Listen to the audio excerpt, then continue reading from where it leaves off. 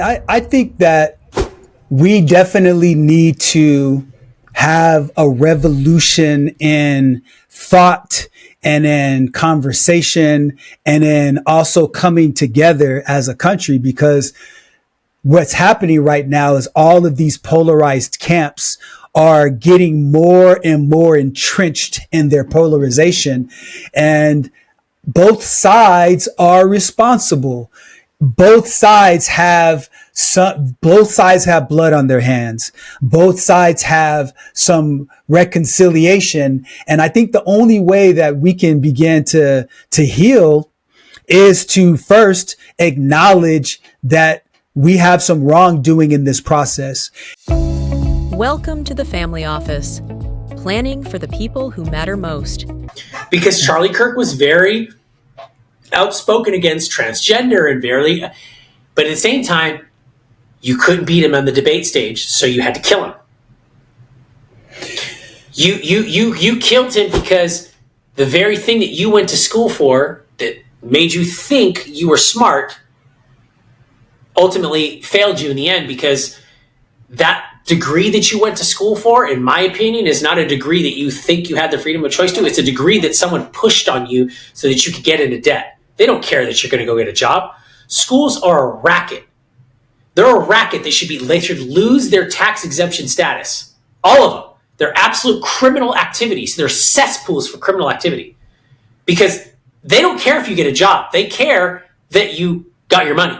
And they're hoping that the government does student loan bailouts. Because at the end of the day, the colleges are sitting back, Glenn, going, well, how come we can't get the same treatment that the banks got during 2008? How come we can't get the same treatments that the tech companies got? The MCIs, the Enrons, the banks, all these things got bailed out. You don't think those college campuses are sitting there lobbying the same way? Going student loan bailouts because we want the same type of treatment that the banks got and the mortgage companies got and every other company got bailed out. So we've created this problem, and then we give them a tax exemption status to allow to create these cesspools of misinformation and indoctrination that we've seen. I know it. Do you know who Bill Ackman is, right? Mm-hmm. Have you seen him talk on? I don't think he was on Megyn Kelly or have you seen? He's left leaning, right? Yeah, definitely. Did you hear how he trashed Harvard after his daughter came out and he said, "My daughter is a complete wacko now," or his son? Have you seen that?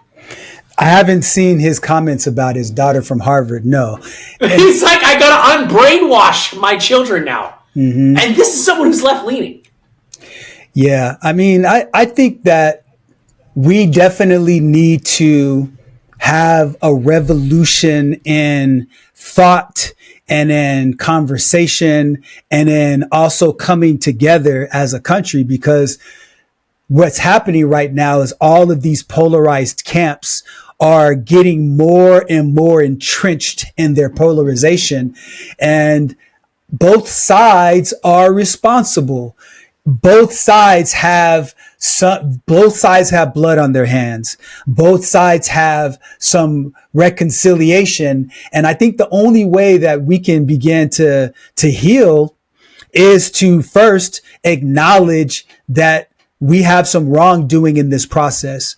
And until we get to that point, until we stop doing this and do more of this, then nothing's going to change. More people are going to get killed. More politicians are going to get killed. More elected representatives are going to get killed. More people, because nobody talks about the fact that, people that end up, in the LGBTQ community get harassed and beat up oftentimes, and they get humiliated so much so that they end up taking their own lives. And so again, every reaction that people have is typically as a result of some type of lived experience. And so the reason why a lot of people from that camp are acting out right now is because of the fact that they haven't been heard. And so I'm not saying at all that I agree with the lifestyle, but you got to love the person. If you ever have a church that says you have to not come into my doors because you're trans, you need to walk away from that church the next day, the right then and there. And so, as you know, also, you know, for me, I'm not Republican, I'm not Democrat, as I've mentioned before, but man, I have major issues with both of those parties right now because they're doing too much of this. And as a country, we're starting to do too much of this. We're not taking personal accountability. My life is governed by personal responsibility and accountability. I'm not a victim. Do people from my group have challenges? Yes, but I'm not going to, I choose not to blame somebody else for that.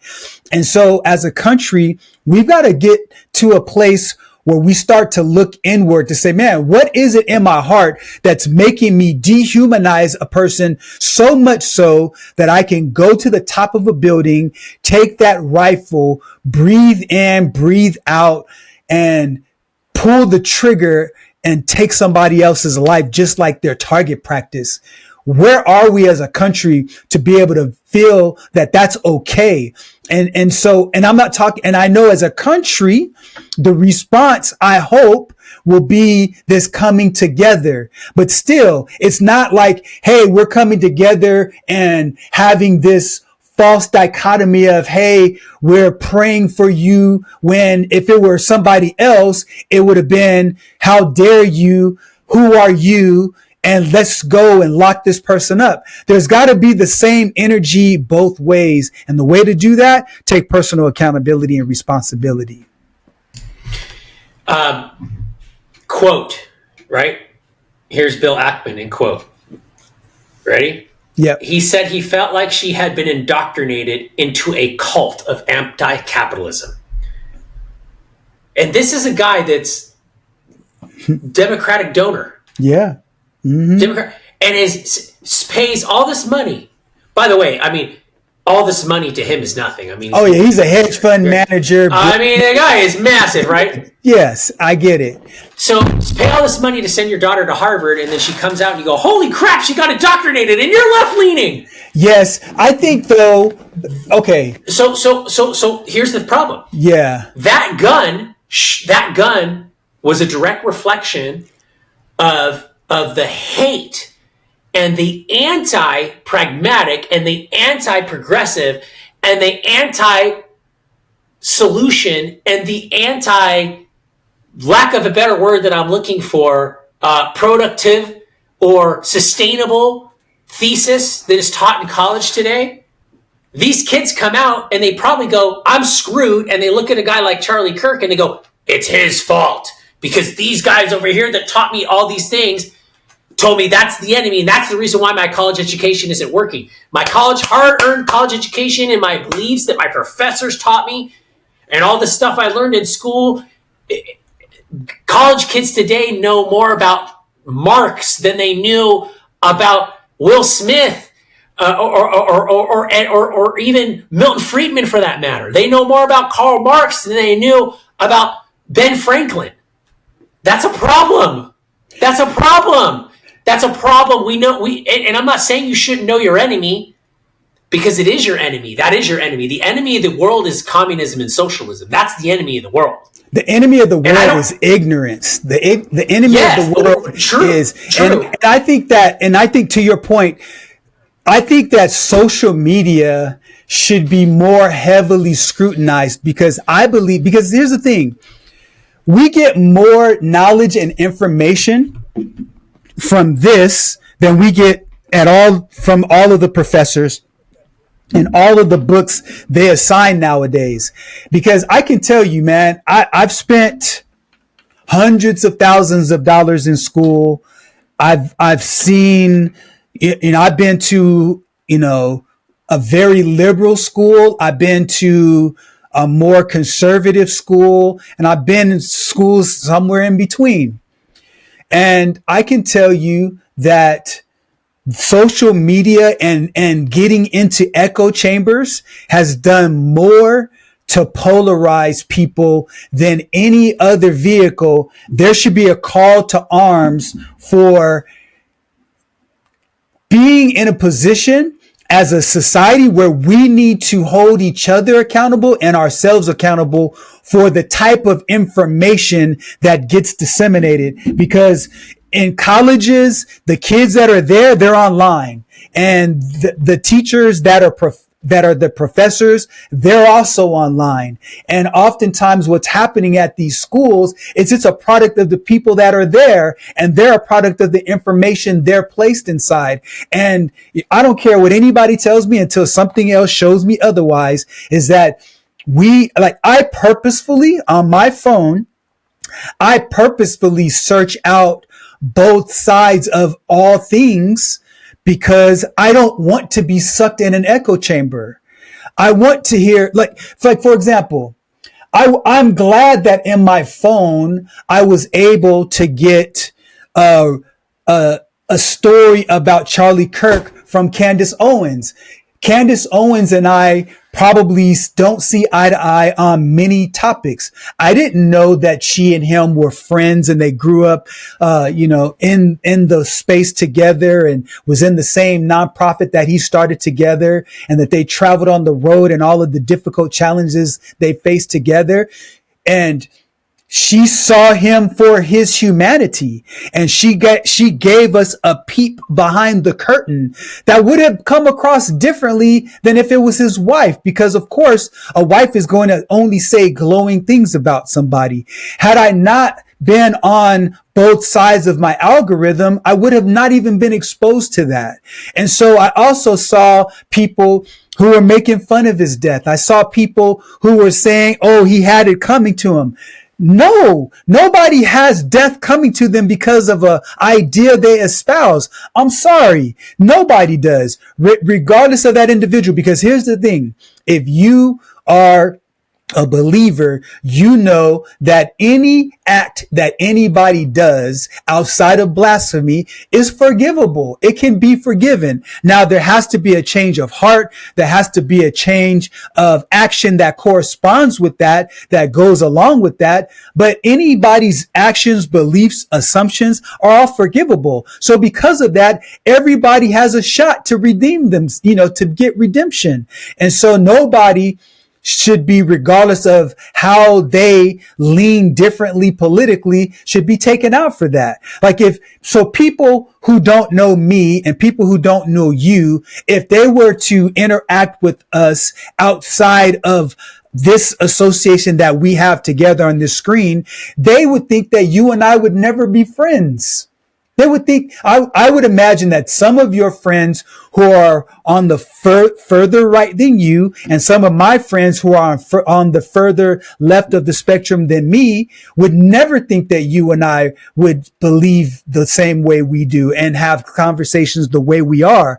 But it's because of this redemptive quality that each person has, and this exchange of ideas that we need to experience, and having a debate and a platform where we can agree and disagree and come together, converge and diverge. We need to have that. And schools are places where that should be happening. And that's the reason why people going onto the campuses to spark debate. Because one thing that colleges are, they're a great place for debate. They're a great place for conversations. And we need to have a bigger, more urgent call for conversations like this. We need to have more of that.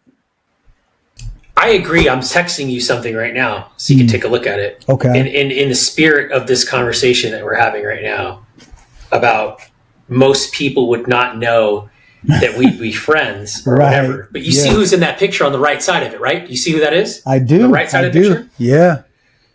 Absolutely. This was, and I know that the audience can't see it, but we can explain it. Mm-hmm. But this was. Maybe we can post it. I'll send it to our. Yeah. This was done on November 17 of 2018.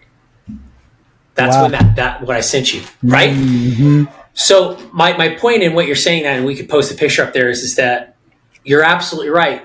You're absolutely right. No one would even think that, right? Mm-hmm. But then at the same time, you can look at that picture and you can see under yours and mine's leadership, what type of business and what type of operation we ran. Just you could look at that picture. Yeah. You could see. I mean, that's a meeting that you and I did in 2018, right? And you know what type of meeting that is. You know what type of day that is. That's a 12-hour day right there. Yes. 14-hour day when you count the prep work before it. You know.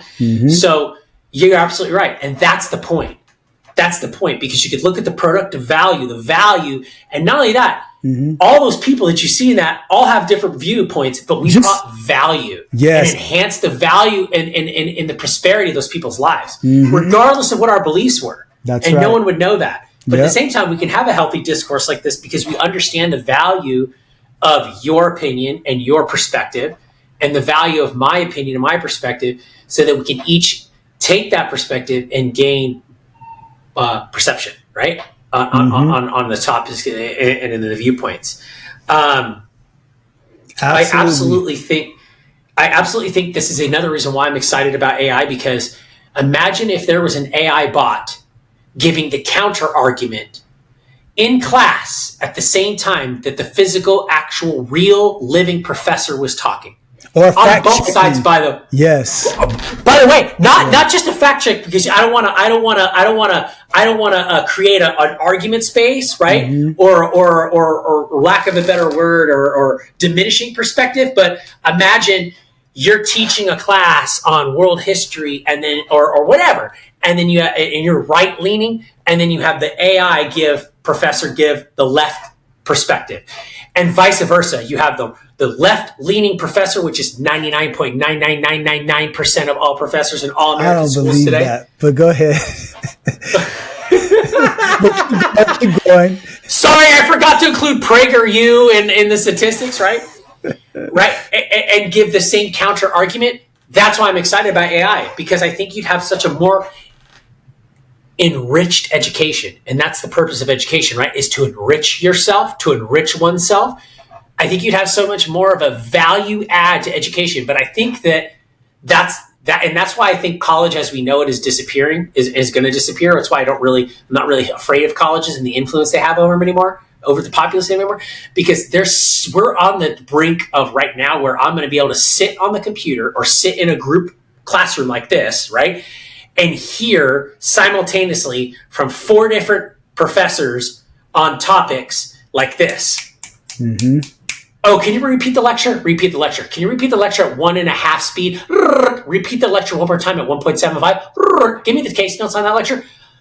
The future of education is so much more exciting to me, makes me want to get into the education space, because AI is going to completely change the way higher law education is. And that might be something we could talk about later, because I think at the end of the day, we have too much human perspective that's going into young people's lives, that's spewing out this type of rhetoric that creates people like a Robinson to do the things that he did, because he's not being grounded the right way at home or in our schools. Yeah. And that's really the thing, is our schools are supposed to be grounding centers and education centers for our children, a place for our children to make relationships and to create community and to become like, Len, I got a call today before I got on this podcast from from an administrator at a school for one of my children's schools.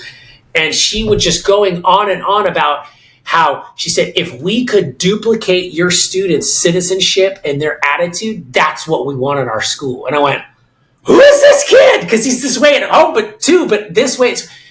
So our schools are supposed to be those types of areas, and they're not, because as adults, we would be ignorant to think that we don't some way, somehow, shape, or form pass those type of ideologies or feelings or emotions onto young peoples, especially peoples that are adults, because we can't do anything because our time is sunsetted maybe, and now we got to vicariously pass that type of rhetoric on to the next level coming up, because we're invalidated or we're unseen. And I think that that's what's happening in schools too, or maybe not even in school, at home, and it's like, I got to carry the torch because this injustice. Because those types of things motivate individuals to do things. Yeah, I think there's too much schooling on both sides, by the way, too, Len. On both sides, not just the left. The right has done very massive atrocities too. Let's not forget that Hitler was a fascist, was this extreme rightism or whatever you want to call it, and that guy did some severe shit in the world. Sorry, fourth time. I'm gonna. Yes. Sorry. You're filling up the profanity jar today. the jar.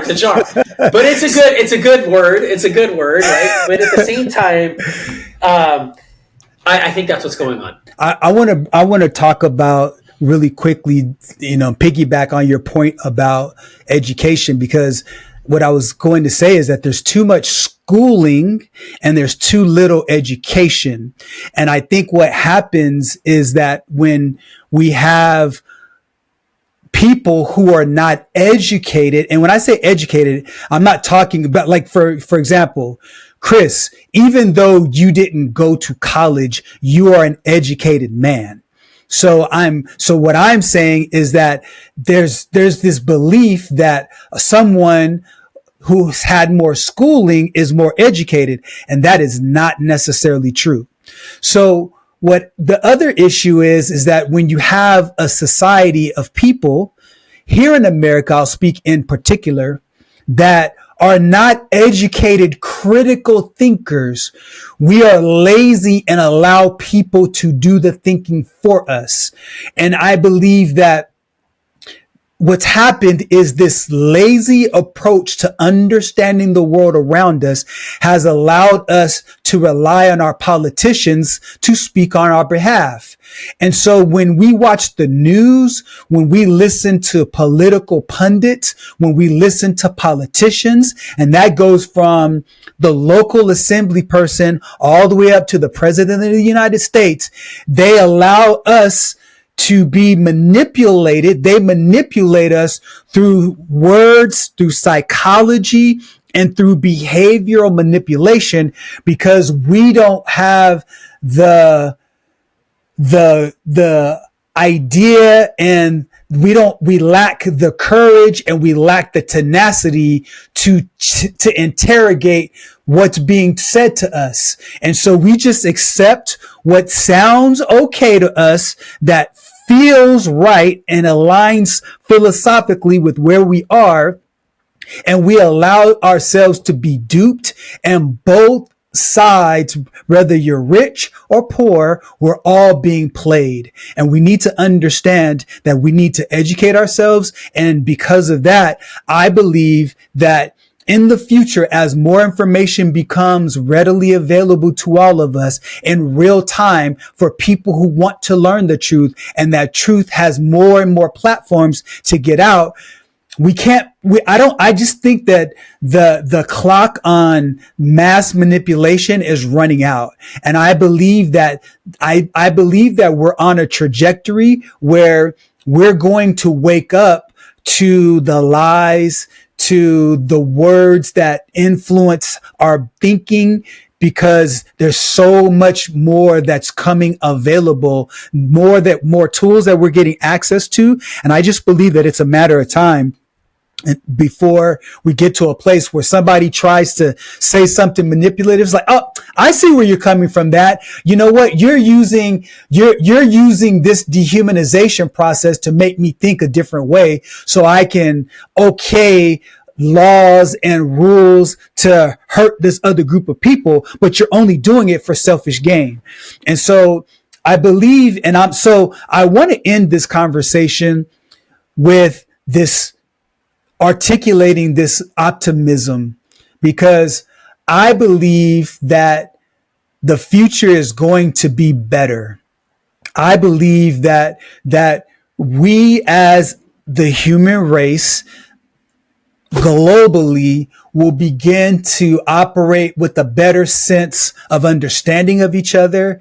We'll begin to have places and access so that we can see different points of view, and it'll allow us to become closer. And hopefully through that process, we will begin to recognize the manipulators who are trying to play us for their own self advancement. I believe that's where we're going. I think that nothing, and just to kind of end it up here and wrap up for today, I think that's completely 100% accurate, Len. And it just love thy neighbor, man. It goes back to that. It's as simple as that. Just love thy neighbor. You don't have to agree. You're not supposed to agree. That's what makes life exciting, is the spice and the variety. You're not supposed to agree. You're just not. That's why there's cows and chickens and fish and dogs and cats and birds and all of the things that humans like to eat, because we like variety. We just do.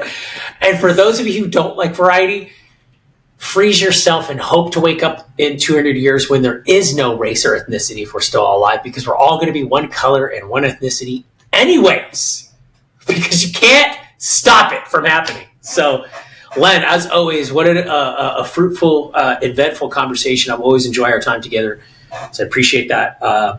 And again, if you got some value out of this conversation, you like what's going on, take a liking to us, take a subscribing to us, throw a comment, whatever. If you want us to talk about something, obviously, we're not going to be experts at what we're talking about. We're not going to be scripted at what we're talking about, but we're not going to be filtered at what we're talking about. We're just going to give you our opinions as we see it in the world, and encouragement to hopefully you give your opinion and understanding, and knowing that you could be friends and business partners with somebody and not totally agree with everything you say at the same time, and have a nice debate and conversation about it and have fun doing it. So with that being said, Len, I'll see you next week. Take care. Till next week. Conversation has given you clarity on your next steps. Please share this episode with someone who's walking the same path. Don't forget to like and subscribe so you won't miss future episodes. And remember, planning ahead isn't just prudent, it's an act of care. Thanks for joining us, and we'll see you next time on The Family Office.